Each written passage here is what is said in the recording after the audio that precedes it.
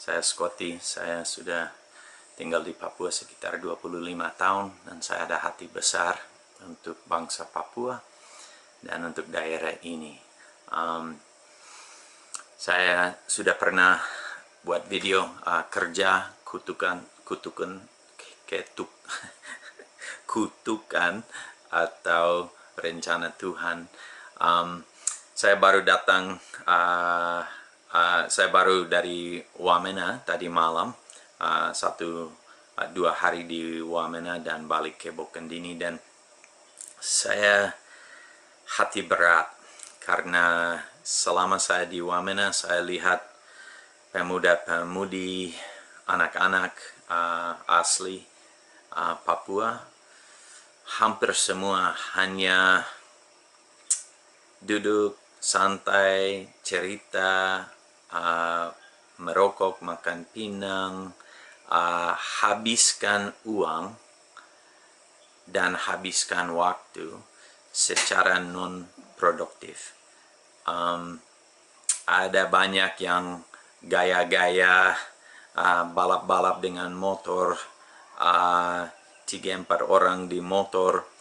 Saya di bengkel selama 7 jam dan ada sopir-sopir orang asli yang masuk dan memang juga semua merokok, makan pinang, habiskan banyak uang dengan hal yang tidak ada tujuan baik, hanya merusak tubuhnya dan merusak dompetnya.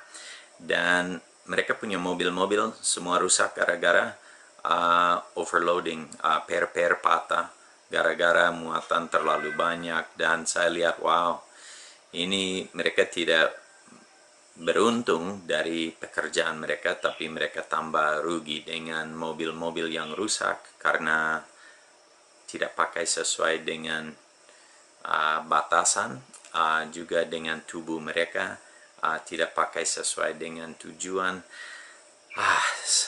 Dan sebaliknya saya lihat orang-orang non-Papua yang ada di Wamena, dan itu seperti semut-semut yang semua ada kegiatan. Mungkin itu jaga kios, tapi mereka sedang kerja sambil jaga kios. Di mekanik di situ, di bengkel di situ, mekanik-mekanik semua dari Sumatera dan semua sibuk kerja pagi sampai malam, 6 hari seminggu.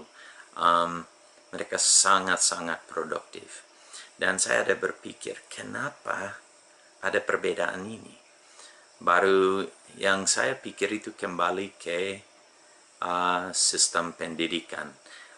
Di bengkel saya tanya mekanik-mekanik yang kerja mobil saya, mereka hanya selesai SD dan langsung mulai kerja dengan orang tua, ternak babi, ternak petani, dan lain-lain. Tapi sejak kecil mereka tahu mereka punya tujuan hidup itu kerja, itu buat sesuatu, menjadi produktif, kerja untuk dapat sesuatu yang bisa dipakai untuk mereka punya keluarga, untuk bangsa, untuk negara.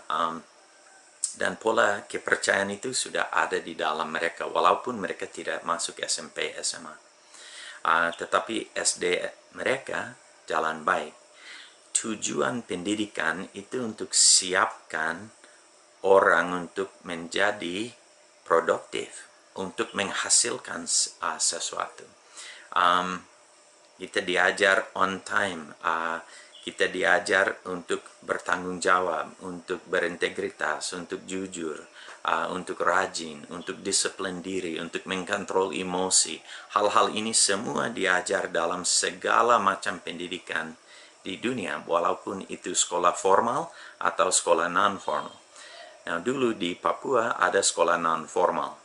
Itu anak laki-laki ikut bapak dan om dan kakak dan belajar kerja, belajar budaya, belajar semua hal yang diperlu untuk menjadi anggota produktif di dalam dia punya suku, fam, dan daerah. Anak-anak perempuan ikut mama-mama dan tante dan kakak perempuan dan belajar untuk menjadi seorang produktif. Tetapi sejak Otsus sistem pendidikan di Papua sudah hancur dan tidak jalan. Baru anak-anak tidak ikut, mereka punya orang tua, keluarga lagi, tapi di sekolah juga, sekolah tidak ada kegiatan. Jadi anak-anak belajar apa? Mereka belajar malas, mereka belajar tidak usah bertanggung jawab, mereka belajar hanya main-main. So, mereka ke sekolah tidak ada guru, jadi mereka ke kali, mandi-mandi, main dengan teman, dan main sepanjang hari. Baru kenapa kita bisa kaget pada waktu mereka menjadi pemuda sekarang, umur 15 sampai 30, dewasa muda, mereka juga tidak tahu kerja dan tidak mau kerja. Mereka hanya mau main dan mau cari jalan yang paling gampang. Karena sistem pendidikan non-formal tidak ada lagi di daerah-daerah kami. Baru sistem formal juga gagal total. So anak-anak bebas untuk ikut mereka punya mau. Apa yang ada sekarang lanjut, masa depan Papua akan seperti apa? Ada banyak migran yang datang dan mereka siap kerja dan usaha. Sambil kami siapkan generasi orang-orang asli di sini yang tidak akan kerja. Kita harus berpikir baik-baik mengenai ini, karena ini masalah besar. So, bukan tujuan saya untuk menjelekkan, saya sebagai orang luar ada pendapat dari luar. So, saya harap kalau saya angkat cermin sedikit, pemimpin-pemimpin, masyarakat, dan pemuda-pemudi bisa mulai menilai diri, evaluasi, berpikir, cari solusi untuk masalah seperti ini. Menurut saya lebih baik semua sekolah yang tidak jalan tutup saja, anak dikembalikan ke orang tua dan mereka kerja dengan orang tua. Baru mereka akan menjadi anggota-anggota rakyat yang sangat produktif untuk masa depan Papua. Tetapi kalau tanya pemuda, remaja sekarang mau jadi petani, tidak, harus keringat, itu panas, mereka tidak mau kerja.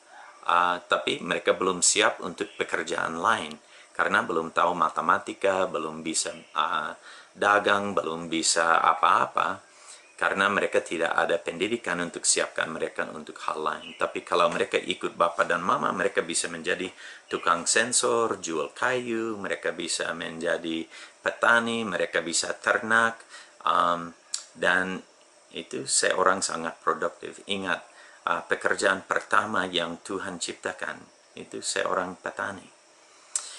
Oke, terima kasih banyak. Maaf, harap tidak ada yang tersinggung.